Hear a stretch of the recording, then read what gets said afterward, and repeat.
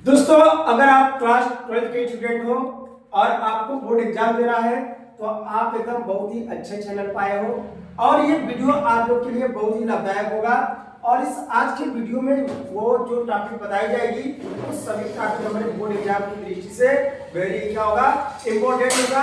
तो चलते हैं, बिना लेट हुए करते हैं वीडियो की शुरुआत। तो चैप्टर हमारा है तरंग प्रकाश की वेव ऑप्टिक्स। क्लियर है? तरंग प्रकाश की डालिए आप लोग हाइगेंस के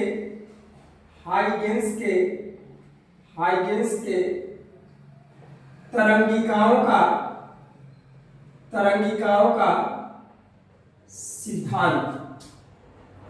हाइगेंस के तरंगिकाओं का सिद्धांत। और ये बोर्ड एग्जाम की दृष्टि से वेरी क्या है बाबू, इंपॉर्टेंट है। तो आज इसको एकदम बहुत ही अच्छे तरीके से समझने वाले हैं और मैं आपसे वादा करता हूं कि जो मैं यहाँ बताऊंगा आपको एक एक चीजें दिखिएगा, आपके माइंड में सेट हो जाएगी, मेरा वादा है आपसे। तो शुरुआत करते हैं।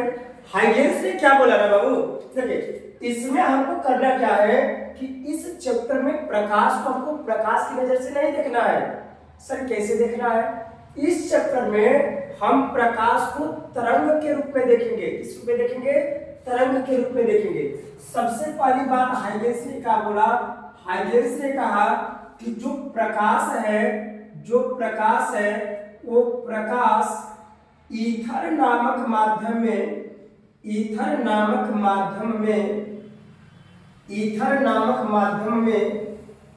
तरंगिकाओं के रूप में, किसके रूप में बाबू?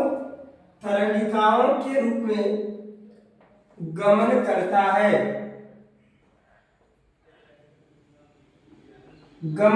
है। क्या चीज समझ आ रही है? हाइगेंस ने क्या बोला कि जो प्रकाश है वह प्रकाश ईथर नामक माध्यम में, किस माध्यम में? ईथर नामक माध्यम में तरंगिकाओं के रूप में क्या करता है? गमन करता है। लेकिन इनका नसीब फूटा हुआ था कि इनकी बातें क्या मानी गई बाबू? गलत मानी गई। सर गलत क्यों मानी गई? क्योंकि आप पढ़े हो कि प्रकाश के चलने के लिए, प्रकाश के संचरण के लिए किसी माध्यम की आवश्यकता नहीं होती है, यानी प्रकाश किसी भी माध्यम में गमन कर सकता है। लेकिन हाइगेंस क्या बोले? हाइगेंस बोले कि प्रकाश ईथर नामक माध्यम में चलता है। जब पता किया गया ईथर नामक माध्यम में तो पूरे ब्रह्मांड में ऐसा कोई माध्यम था ही नहीं। तो ईथर जो है एक हमारा काल्पनिक माध्यम है। क्या है बाबू? काल्पनिक माध्यम है। इसलिए इनकी चीजें क्या मानी गई थी? गलत मानी गई थी। क्लियर है? अब एक चीज इनका कहना था, समझिएगा यहाँ पर। इन्होंने कहा कि अगर मान लीजिए यहाँ कोई प्रकाश स्रोत है, अगर ये मान लीजिए प्रकाश स्रोत बल्ब है, एक प्रकाश स्रोत है, और इन्होंने बोला कि जब प्रकाश स्रोत से ऐसे किरणें क्या होती है? निकलती है, प्रकाश निकलते हैं, तो उस स्रोत के आसपास, समझना ध्यान से, इन्होंने बोला कि अगर कोई प्रकाश स्रोत है, उस प्रकाश स्रोत से जब प्रकाश निकलते हैं, तो उसके आसपास इस तरीके का पृष्ठ बनता है। क्या बोला? कि जब किसी प्रकाश स्रोत से प्रकाश क्या होते हैं?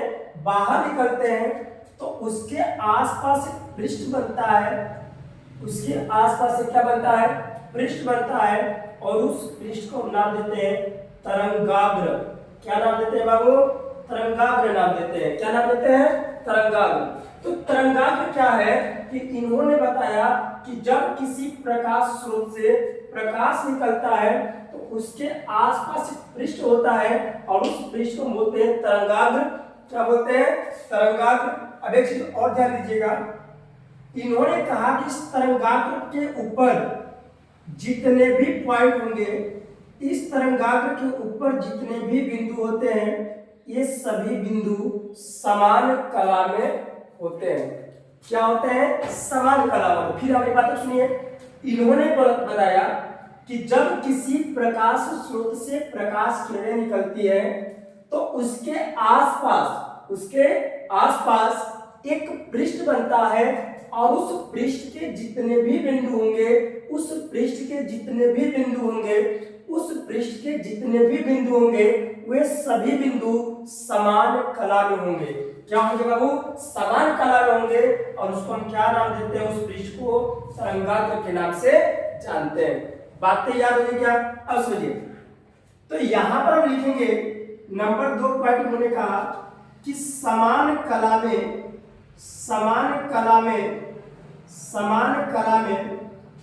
कंपन करने वाले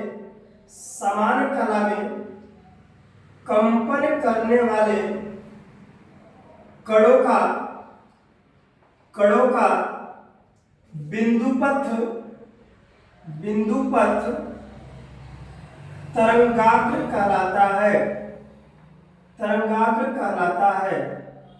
क्या कहलाएगा? सुन लो, तरंगाग्र कहलाता है। तो इन्होंने क्या बोला कि समान कला में कंपन करने वाले। अब बात आती है यहाँ पर कि सर समान कला का मतलब क्या होता है? तो समझते हैं समान कला का मतलब, जैसे मान लीजिए मेरे पास ये दो तरंगे हैं, दो क्या है बाबू? तरंगे हैं। समान कला का मतलब क्या है? चीज को समझिए, रटना हमको नहीं है, हमको देखना कि समान कला का मतलब होता क्या है। तो अगर ये समान कला में है तो अगर ये तरंगे मान लीजिए को प्लस हो रही है तो अभी उसके साथ साथ क्या होगी? प्लस। जब ये प्लस से शून्य पर आएगी तो अभी शून्य आएगी, जब ये माइनस में आएगा तो अभी किस में आएगा? माइनस में।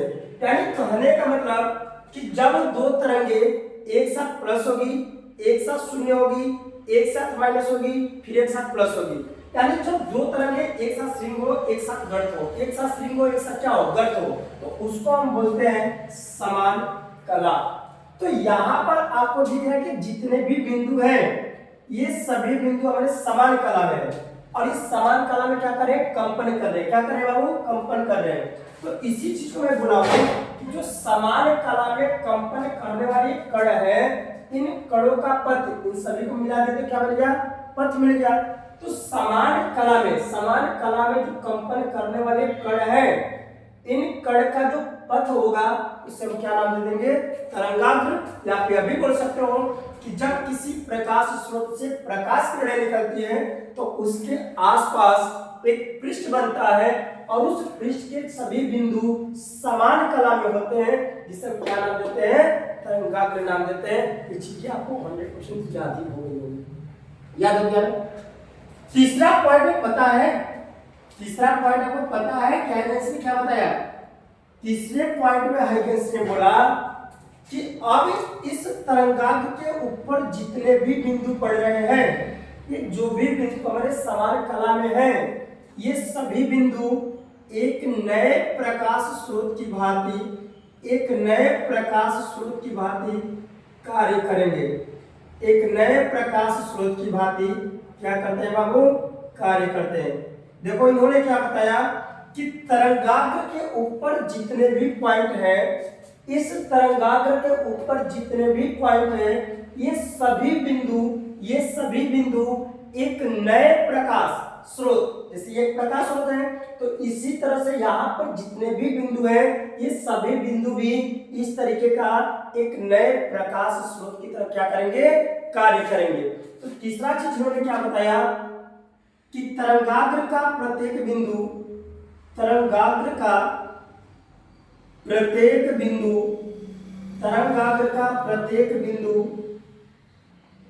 एक नए प्रकाश स्रोत की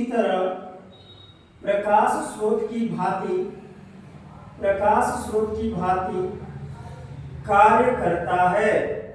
क्या करता है? सुन लो, कार्य करता है। तो इन्होंने क्या बताया कि इस तरंगाग्र के ऊपर जितने भी पॉइंट हैं, वे सभी पॉइंट एक नए प्रकाश सोर्स की तरह क्या करते हैं? कार्य करते हैं। क्लियर है? हमारे सबसे तीनों चीज आपको क्या हो गई होगी? याद हो गई होगी। अब अगला बात समझिएगा। चौथी बात इन्होंने क्या बोला बाबू?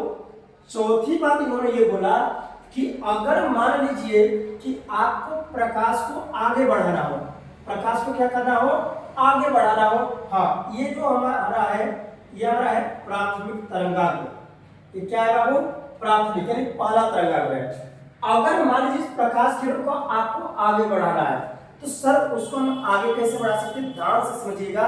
बहुत अच्छी तरीके से। अगर मान लीजिए मेरे प्यारे सुनो कि अगर आपको पता है कि प्रकाश की चाल क्या होती है, तो सर प्रकाश की चाल तो c होती है। अगर समेट टी दूं तो मैं बोलूं कि अगर प्रकाश c चाल से चल रही है, अगर प्रकाश c चाल से चल रही है तो टी समय में वो कितना दूरी तय करेगी। फिर हमारी बात समझिएगा, अगर प्रकाश की चाल c हो, उसको समय में t दे रहा हूं, तो t समय देने पर वो कितना दूरी तय करेगी। तो सर हमको तो बहुत प्यारा सा फॉर्मूला पता है कि दूरी बराबर होता है चाल गुणे समय। चाल गुणे समय, तो चाल क्या है बाबू, c है, समय क्या है, t है। यानी वो जो प्रकाश होगी वो t समय में c चाल से ct दूरी क्या करेगी, तय करेगी। कितना दूरी तय करेगा, ct दूरी तय करेगा। चीजें समझ में आई क्या, आ गया क्या? चलो आगे बात करते हैं। तो ये जो प्रकाश जब आगे बढ़ेगा कितना दूरी तय करेगा, ct दूरी। अब पॉइंट याद रखिएगा, अब यहाँ पर हम करेंगे क्या ना कि जो भी हमारे नए सोर्स है, जो बिंदु है, इस बिंदु से हम ct त्रिज्या का एक चाप खींच देंगे। क्या खींच देंगे बाबू, चाप खींचेंगे। समझिएगा, हर बिंदु से ct त्रिज्या का एक क्या खींच देंगे, चाप खींचेंगे। कितनी त्रिज्या का, ct त्रिज्या का एक चाप खींचेंगे। सभी चाप कितनी त्रिज्या का है, ct त्रिज्या का है। अब ये जो हमारी चाप है, जो हमारे ct त्रिज्या का चाप है, इसी चाप को हम बोलते हैं तरंगिकाएं। इसी को क्या बोलेंगे, तरंगिकाएं बोलेंगे। समझना, जो ct त्रिज्या का मैं चाप खींचा हूं, इसी चाप को हम बोलते हैं तरंगिकाएं। और ये तरंगिकाएं जो है हमारी, ये द्वितीयक तरंगिकाएं हैं। कौन सी बाबू, द्वितीयक तरंगिकाएं है। कौन सी तरंगिकाएं है, द्वितीयक तरंगिकाएं। अब आपको बनाना है द्वितीयक तरंगाग्र, यानी आपको पृष्ठ बनाना है। तो आप करेंगे क्या कि जब आप द्वितीयक तरंगाग्र बनाओगे, तो द्वितीयक तरंगाग्र, ये हमारे जो द्वितीयक तरंगिकाएं है, इसके उभयनिष्ठ या स्पर्शी ऐसे रास्ता खींच दो, एक पृष्ठ खींच दो। क्या चीज समझ आई? ये हमारा जो पृष्ठ बन रहा है, ये पृष्ठ किस पर बना हुआ है, द्वितीयक तरंगिकाएं पर बन रहा है। और जब इन द्वितीयक तरंगिकाओं का मैं एक उभयनिष्ठ या स्पर्शी खींच दिया, तो ये हमारा बन गया तरंगाग्र। और इसको हम बोलेंगे द्वितीयक तरंगाग्र। क्या बोलेंगे, द्वितीयक तरंगाग्र। तो यहाँ पर क्या समझ आया कि द्वितीयक तरंगाग्र कैसे बना। तो द्वितीयक तरंगिकाओं के उभयनिष्ठ या स्पर्शी, उसको स्पर्श करते हुए खींच दिया। तो यहां पर लिखेंगे कि द्वितीयक तरंगिकाओं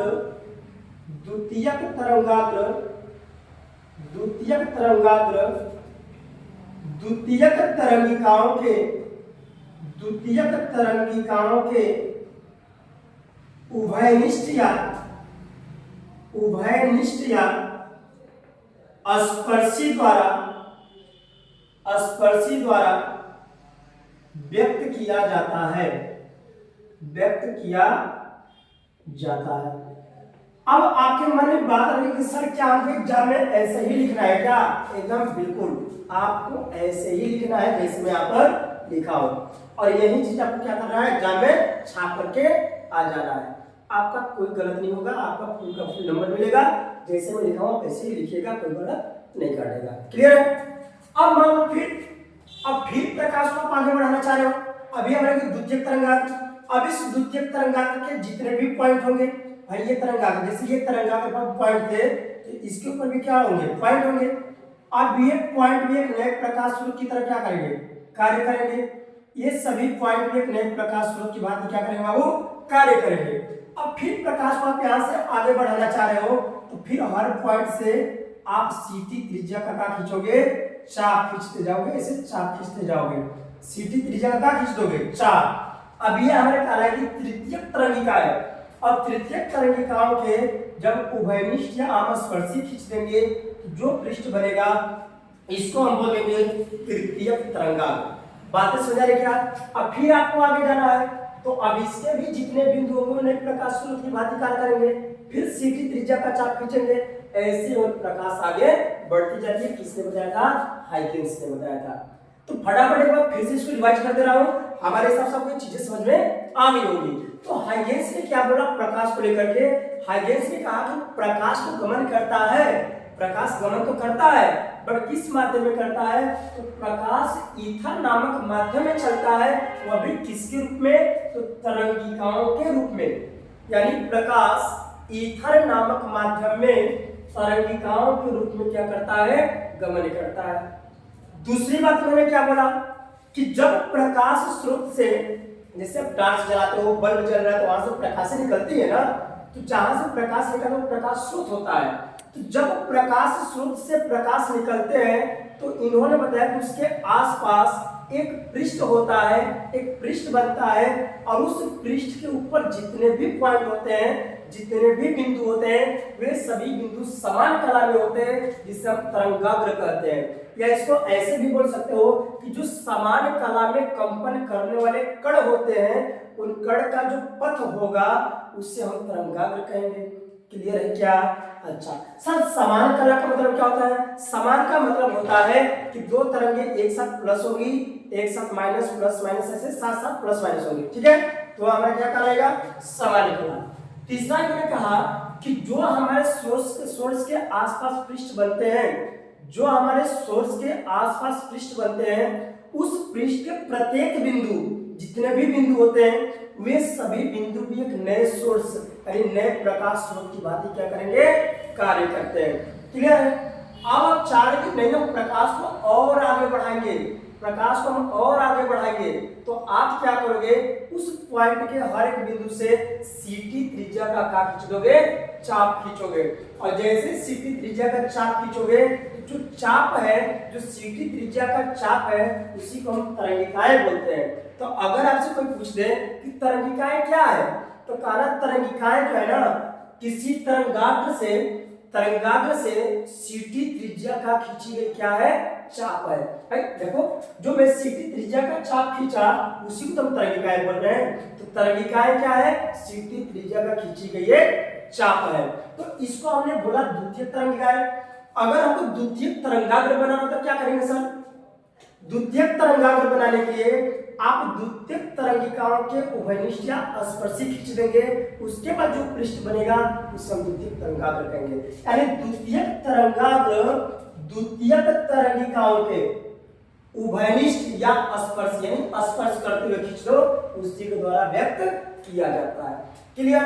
अब एक चीज और बता दें आपको कि अगर मान लीजिए यहां से प्रकाश संचरण की दिशा ऐसे है, प्रकाश के संचरण की दिशा ऐसे है, यानी ये है प्रकाश संचरण की दिशा।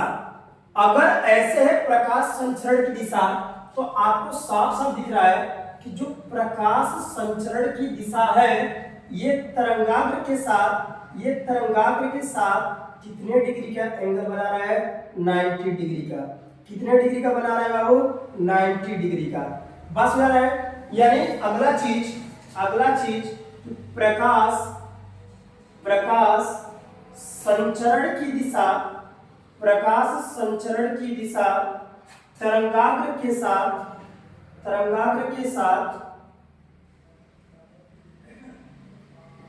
90 डिग्री का कोण बनाता है। कितने डिग्री का कोण बनाता है? 90 डिग्री का कोण बनाता है। या यह भी बोल सकते हो जो प्रकाश संचरण की दिशा है वो तरंगाग्र पर क्या होती है? लंबवत होती है, 90 डिग्री पर होती है। समझ में आ गई क्या? तो हमारी जो चीजें क्लियर होगी। आपको एग्जाम में ऐसे लिखना है, बगल में आप ऐसे फिगर बना दोगे, फिगर आपको बनाना पड़ेगा। क्लियर है? तो फटाफट इसका स्क्रीनशॉट लीजिए। अब अगला हम पढ़ेंगे हाइगेंस के सिद्धांत से परावर्तन और अपवर्तन की व्याख्या। लीजिए स्क्रीनशॉट। तो चलिए शुरुआत करते हैं। अगला टॉपिक इंपोर्टेंट, जो बोर्ड एग्जाम में आ जाता है और बहुत बार आ भी गया है, तो बिना लेट किए हुए करते हैं शुरुआत।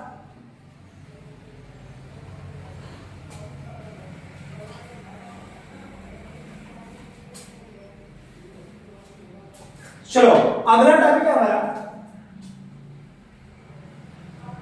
हाइगेंस के सिद्धांत से, हाइगेंस के सिद्धांत से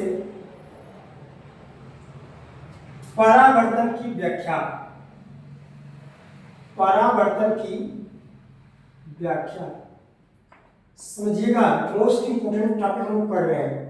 हम लोग क्या करने हैं, हम लोग को पढ़ना है परावर्तन, और भी किसके सिद्धांत से, हाइगेंस के सिद्धांत से। चलिए एक एक टॉपिक समझते हैं, समझिएगा ध्यान से। यहां पर मान लीजिए मेरे पास एक मिरर है, और मिरर का नीचे वाला सिरा रंगा हुआ है और ऊपर का सिरा चिकना है। ये क्या है बाबू, मिरर है।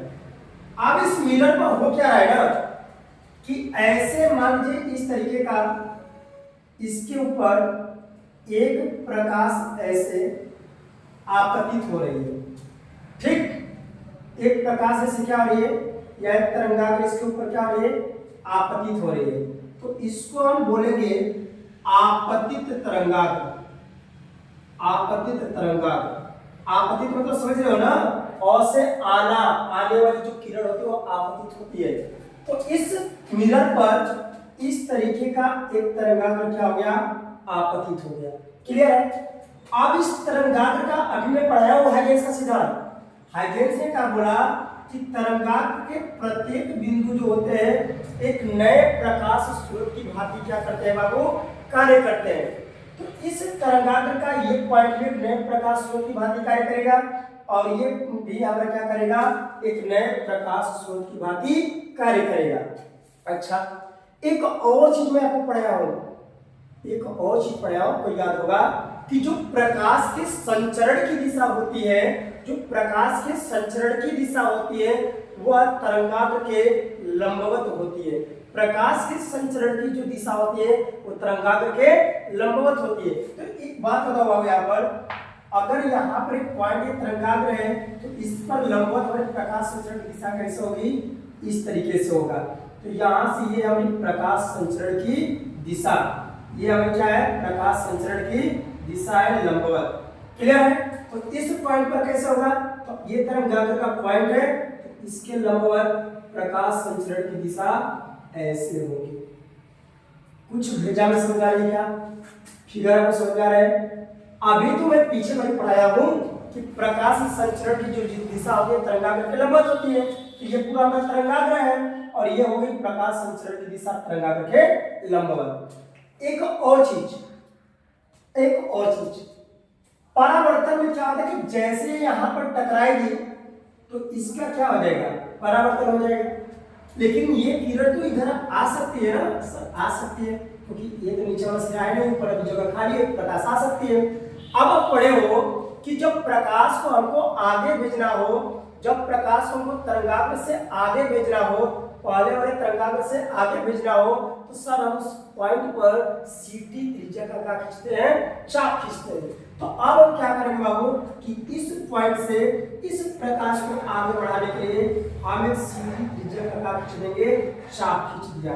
क्या खींच दिया, मान लो सीटी त्रिज्या का ऐसे क्या खींच दिया, चाप खींच दिया, और इस प्रकाश को ला करके इस क्या करेंगे, ऐसे मिला देंगे। बोलो समझ में आया क्या। अब यहाँ पर क्या होगा कि यहाँ पर हमारी जरूरत पड़ेगी किसकी, अभिलंब का। अब आप पढ़े हो कि जैसे किरण इस पर टकराएगी इसका क्या होगा, परावर्तन, और परावर्तन होगा तो हम भी यहाँ पर क्या करेंगे कि ऐसे किरण यहाँ से सीटी त्रिज्या का ऐसे चाप बनाऊंगा, और यहाँ से ऐसे क्या हो जाएगी, भाग जाएगी। इस तरंगाग्र से सीटी त्रिज्या का क्या खींच दिया, चाप खींच दिया, और इस वाली किरण को आगे बढ़ा दिया। अब इस चाप को और इस वाले चाप को ऐसे हम क्या करेंगे, मिला देंगे। बोलिए समझ में आया क्या। ये आपतित किरण है और ये अभिलंब है, ये बीच का एंगल आई, तो जब ये आई होगा तो अभी कोण कितने का होगा, आई का, और ये देखो यहाँ से इसका परिवर्तन हुआ है, तो परावर्तित किरण हो गई, और ये हो गया आर, और ये हमारा कहा रहेगा द्वितीयक तरंगाग्र। क्या हो गया बाबू, द्वितीयक तरंगाग्र। अब सभी पॉइंट का नाम दे देता हूं। मान लिया ए हो गया, ये बी हो गया, और ये पॉइंट हमारा सी हो गया, और यहाँ क्या हो गया, डी। क्लियर है। अब आपको यहाँ पर एक चीज दिख रही होगी कि दो त्रिभुज बन रहे हैं। एक बार फिगर को फिर समझ लीजिएगा। मेरे पास एक मिरर है, इस मिरर पर एक एडी जो किरण है ऐसे आपतित तरंगाग्र होगा, इसको मैं बोला आपतित तरंगाग्र। तरंगाग्र का प्रत्येक बिंदु ने प्रकाश स्रोत की भांति करेंगे, कार्य करते हैं। इस बिंदु पर प्रकाश किरण से हुई लंबवत, जो क्या पढ़े हो कि प्रकाश संचरण की दिशा होती है तरंगाग्र पे लंबवत होती है, तो ये ऐसे आया और ये सीटी त्रिज्या के हिसाब से परिवर्तित हो गए, तो क्या है सीटी है। और यहाँ से किरण भी यहाँ से सीटी के चाप से, मतलब सीटी का चाप से जब क्या हो गई आगे भाग गई। क्लियर है। और यहाँ से दोनों का कर दिया, मिला दिया, तो नया तरंगाग्र बन गया जिसको बोलते हैं द्वितीय तरंगाग्र। अब यहाँ पर हम लेंगे त्रिभुज ए बी सी तथा त्रिभुज ए डी सी में। अब हम क्या करेंगे बाबू, दोनों त्रिभुजों को सर्वांग सम दिखाएंगे। क्या दिखाएंगे? सर्वांग सम, क्योंकि हमको परावर्तन सिद्ध करना है। अब परावर्तन का नियम क्या होता है? कोण आई बराबर कोण आर, यही होता है ना। चलो एक चीज आपको दिख रहा होगा कि एसी जो है ना, इस वाले भी त्रिभुज में आ रहा है। यहाँ देखो AC इसमें भी आ रहा है, AC इसमें भी आ रहा है, तो यहाँ पर हम लिखेंगे AC बराबर AC। और ये क्या है? उभयनिष्ठ है। क्या है बाबू? उभयनिष्ठ है। चीज आपको दिख रही है? इस त्रिभुज में भी AC आ रहा है, इस त्रिभुज में भी क्या आ रहा है? AC आ रहा है। दूसरी बात, A से B कितने की चाप है? सर CT त्रिज्या का। D से C कितने की चाप है? सर CT त्रिज्या का। यानी यह भी CT है, यह भी CT है, तो दोनों AB और DC भी आपस में क्या होंगे? बराबर होंगे। क्यों बराबर होंगे? क्यों बराबर होंगे? क्योंकि सर वो जो है दोनों CT त्रिज्या का क्या है? चाप है। बातें समझ में आ रही है क्या? अब एक चीज और बताओ, ये हमारा परावर्तित हुआ है ना, और ये इसको मैं ऐसे मिला दे, नया तरंगाग्र है। यहाँ पर एंगल कितने का बन रहा है बाबू? 90 डिग्री। यहाँ भी एंगल कितने का बन रहा है? 90 डिग्री। यानी कोण ADC और ABC, तो कोण ADC B पर कितना बन रहा है? 90। इस पर किसको बन रहा है? D पर, यानी कोण ADC कितना डिग्री बना रहा है? 90 डिग्री। अब दोनों त्रिभुजों में दो भुजा और एक कोण क्या है? बराबर है, तो साइड एंगल साइड से त्रिभुज ABC सर्वांगसम हो जाएगा त्रिभुज ADC का। अगर त्रिभुज सर्वांगसम होते हैं तो नियम होता है कि सर्वांगसम त्रिभुज के संगत कोण भी आपस में क्या होते हैं? बराबर होते हैं। यहाँ से कोण I किसके बराबर होगा? कोण R का। और ये है परावर्तन का नियम। ये क्या है? परावर्तन का नियम। समझ में आ गया होगा आप लोग को? हमारे हिसाब से बहुत अच्छे तरीके से समझाया हो, याद हो गया होगा। क्लियर? तो ये था हमारा हाइगेंस के सिद्धांत से परावर्तन की व्याख्या। अब इधर अपवर्तन दिखा दे क्या? चलिए इधर ही दिखा दे रहे हैं। अब हम क्या करेंगे? यहाँ पर इधर ध्यान दीजिएगा। अब हम करेंगे हाइगेंस के सिद्धांत से अपवर्तन की व्याख्या। समझिएगा अपवर्तन में क्या होता है। करें शुरू? चलिए शुरुआत करते हैं। अब देखिए, हमको परिवर्तन नहीं कराना है, हमको क्या करना है? अपवर्तन कराना है। तो यहाँ पर हम क्या लेंगे ना, यहाँ पर इस तरीके का पृष्ठ होगा और ऐसे मान लीजिए इसको किरण भी ऐसे क्या है? तरंगाग्र से आपतित हो रहा है, जिसको हम नाम देंगे आपतित तरंगाग्र। पॉइंट ध्यान दीजिएगा, ये हमारा क्या हो गया? आपतित तरंगाग्र हो गया। इसको नाम दे देंगे आपतित तरंगाग्र। अब ये तरंगाग्र का भी प्रत्येक बिंदु नए प्रकाश स्रोत की भांति क्या करेंगे? कार्य करेंगे। दूसरी बात, इस बिंदु पर प्रकाश संचरण की दिशा क्या होगी? सर अभी आप बताए हो कि तरंगाग्र के प्रत्येक बिंदु या जिस बिंदु पर आप देखोगे प्रकाश संचरण की दिशा लंबवत होती है, तो इस बिंदु पर जो प्रकाश संचरण की दिशा होगी वह ऐसे लंबवत होगी। क्या होगी बाबू? लंबवत। और यहाँ भी इसे क्या होगी? लंबवत होगी। क्लियर है? अब एक बात बताओ, यहाँ पर तुमको परिवर्तन कराना नहीं है, यहाँ पर तुमको अपवर्तन कराना है, तो ये किरण तो हमारी नीचे जा सकती है, जा सकती है ना सर, बहुत अच्छे से जा सकती है। तो यहाँ पर हम क्या करेंगे कि इसको आगे बढ़ाने के लिए हम सीधी त्रिज्या का क्या खींचेंगे, चाप खींचेंगे और एक किरण ऐसे क्या हो जाएगी, आगे चल जाएगी। लेकिन यहाँ पर क्या होगा कि यहाँ पे हमारी हो जाएगी अभिलंब, क्या होगा अभिलंब, और ये एंगल होगा आई, ये अभी हो जाएगा आई। अब ये क्या होगा कि इस किरण को आगे बढ़ाने के लिए, अब क्योंकि देखो ये नीचे का सिरा लगा हुआ नहीं है, इसमें क्या था, इसमें नीचे का सिरा लगा हुआ था, ये नीचे का सिरा लगा हुआ नहीं है, तो इसका होगा अपवर्तन, क्योंकि ये तो नीचे आ सकती है। तो इसको हम क्या करेंगे, इसको भी हम आगे बढ़ाने के लिए सीधी त्रिज्या का क्या खींचेंगे, चाप खींच देंगे, और जैसे सीधी त्रिज्या का चाप खींचेंगे ये किरण क्या हो जाएगी, आगे बढ़ जाएगी। अब यहाँ से इसको हम क्या करेंगे, मिला देंगे, क्या करेंगे बाबू, मिला देंगे। तो ये हमारा हो गई अपवर्तित तरंगाग्र, और यहाँ पर जो एंगल बन रहा है ये हमारा हो जाएगा आर, क्या हो जाएगा आर। अब ये हमारा फिगर हो गया तैयार। एक बार फिर से समझा दे रहा हूँ, ये पृष्ठ है, इस पृष्ठ को हम बोलते हैं पृथ्वीकारी पृष्ठ, यानी वह पृष्ठ जो दो माध्यमों का करता हो, बांटता हो।